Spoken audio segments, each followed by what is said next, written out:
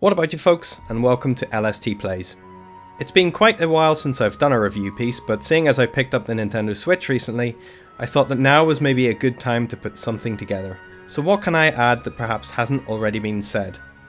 Well, the best I can offer are my thoughts, and when you're thinking about spending money on a new console, it's wise to consult as many reviews and opinions as you can.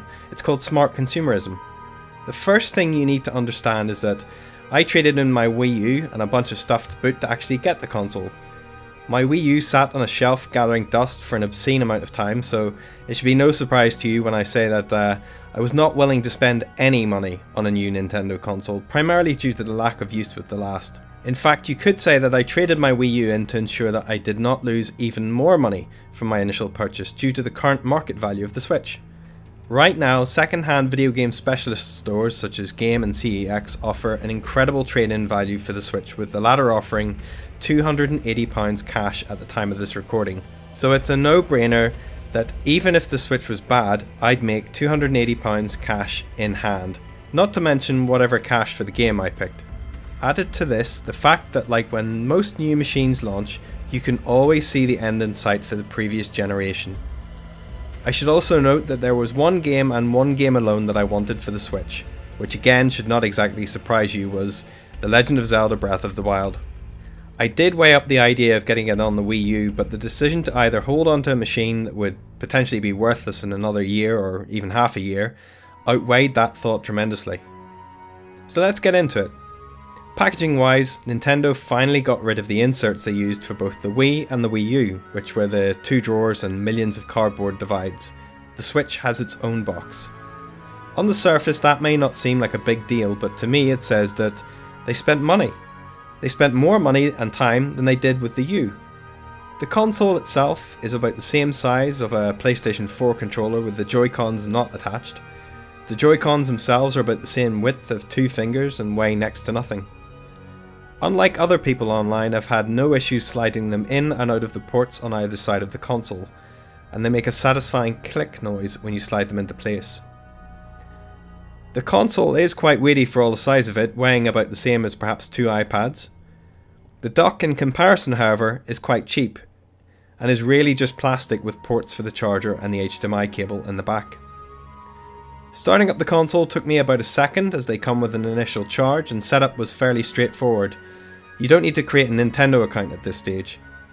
They have released a system update already, but it was quite small and was mainly framework for their online services, such as social media connecting, as well as online play. None of these have been implemented yet, though, I should say. And yes, it launched with no online mode. More on that later. The screen is a touchscreen, but as of yet, I've seen no actual need to use it, and it doesn't come with a stylus, so I'm going to guess this will be for some later game or function. If you want to play connected to your TV, you can slide the Joy-Cons into a controller-style dock, which I thought might be a little uncomfortable at the start, but is actually really nice to hold. It does look cheap in its build, but the plastic is actually quite rigid and certainly doesn't flex when you hold it. When you do put the console into the dock itself, the screen reverts to your connected TV instantly. Granted, I have a sleep mode on my monitor, so it's a little slower for me. This boosts the resolution from 720p in handheld mode to 900p while docked, though apparently there have been tests done, which I found courtesy of Digital Foundry via Kotaku UK, which quoted, "In terms of performance, it's immediately clear to the naked eye that the docked Zelda stutters in places where the mobile experience does not. And to confirm this, we manually counted frames by eye based on our camera shots to ensure accuracy in producing the performance test below." It's really easy to isolate this issue, as it occurs frequently in the open world, right from the beginning of the game.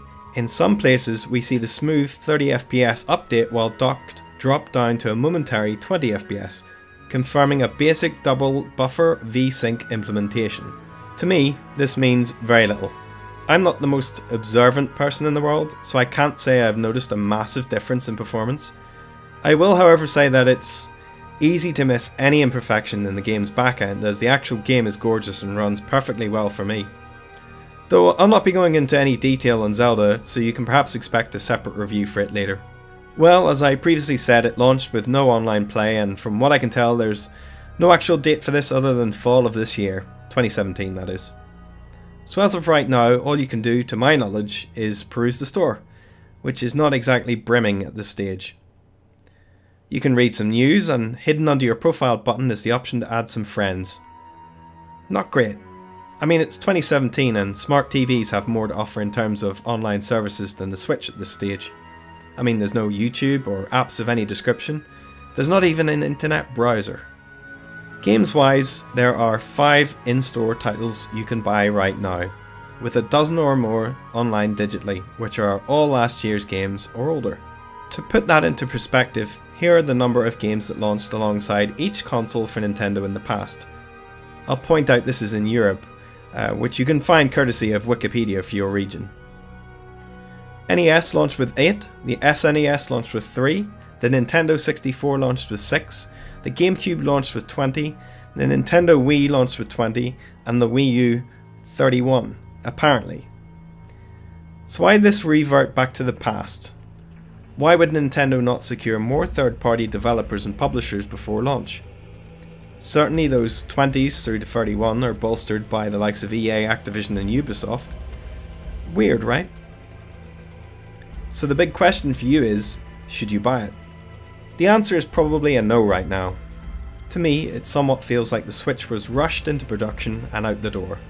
Don't get me wrong, I will say that it's lovely to hold and Zelda plays great in it right now. So for an arcade machine specifically built for Zelda, massive thumbs up.